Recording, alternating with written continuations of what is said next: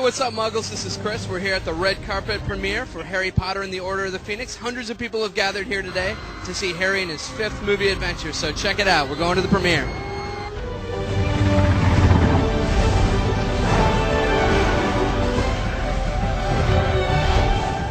And where did your kind of love of Harry Potter begin? Well, I read the book before it was published in 1997, and my assistant had read it and told me it was about a young boy who goes to wizard school. I thought that was an interesting idea. I took it home and couldn't stop reading it. I read it all in one night, and I loved it. It made me laugh. It moved me. I'd been to a school like this, admittedly without magic. The characters were really relatable. I loved it. For me, the most important thing for this series was to grow it up a bit. Make it feel a bit more intense, make it feel a bit more emotional, take a few dark turns with it, and that's a David Yates Harry Potter rather than an Alfonso Cuarón Potter or a Mike Newell Potter. So it's a little bit more nuanced, and I think the audience are ready for that now. You know, they've grown up with these characters, they've grown up with these kids, and they're ready for that world to be stretched a bit into darker areas, I think. It's been quite a unique experience we've all sort of gone through. Because obviously I was pretty lucky how I sort of got into it. I was just at normal school doing regular stuff, and suddenly I was put into this crazy environment. So it's been a really fun journey, but I've really enjoyed it. Yeah, I mean, yeah, but it's just we've grown up so much as well. Because when you look back on the first ones, we were just started when I was 11, so it's been a really long time, but it's been really fun. How closely did you work with J.K. Rowling in order to adapt this?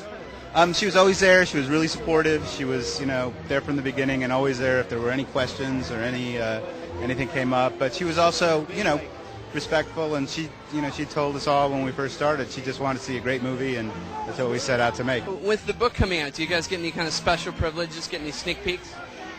Unfortunately, no, but I think we get it sent on the night. We don't have to go and queue up for it or anything. We get it sent, but we don't get it earlier than anyone else, just because if you can imagine, the security is insane. So, yeah, no, we can't. But so what's your ritual then like when you get a new Harry Potter book? Sorry? What's the ritual like when you get a new Harry Potter book? Do you think about it with you in mind? For like 2 days, literally. Like, when I got the 6th one, I just read it non-stop, just like from back to front, without doing anything else. So I'm pretty much attached to the book, so yeah. It's rumored that in 7 your character might die. How do you feel about that? I think it'd be a fitting end. I don't know if he dies in some sort of heroic fashion. I don't think he will die, personally. I used to, but I don't anymore. I think he'll live. I don't know. I have theories about who's good and who's bad and who's going to die, but they're probably all wrong. I think that's pretty possible, actually. I think Ron will survive, but don't know about Hermione, but I just don't know. How do you think the relationship between Ron and Hermione is going? I think, this is my personal opinion, that in the 7th one they'll get together. I think there's definitely some tension between them, some sexual tension, definitely. How much fun is it to play a role that's this deliciously evil? What do you think? Very good. No, it's great. Great. It was difficult. It's a difficult role, and thank God I had David Yates there helping me along. But it was, it was fantastic. Describe a day on the set of a movie this incredibly huge. Well, listen, for a start, the film is so well established. They know that everyone knows what they're doing. It's a long, hard day like any other film.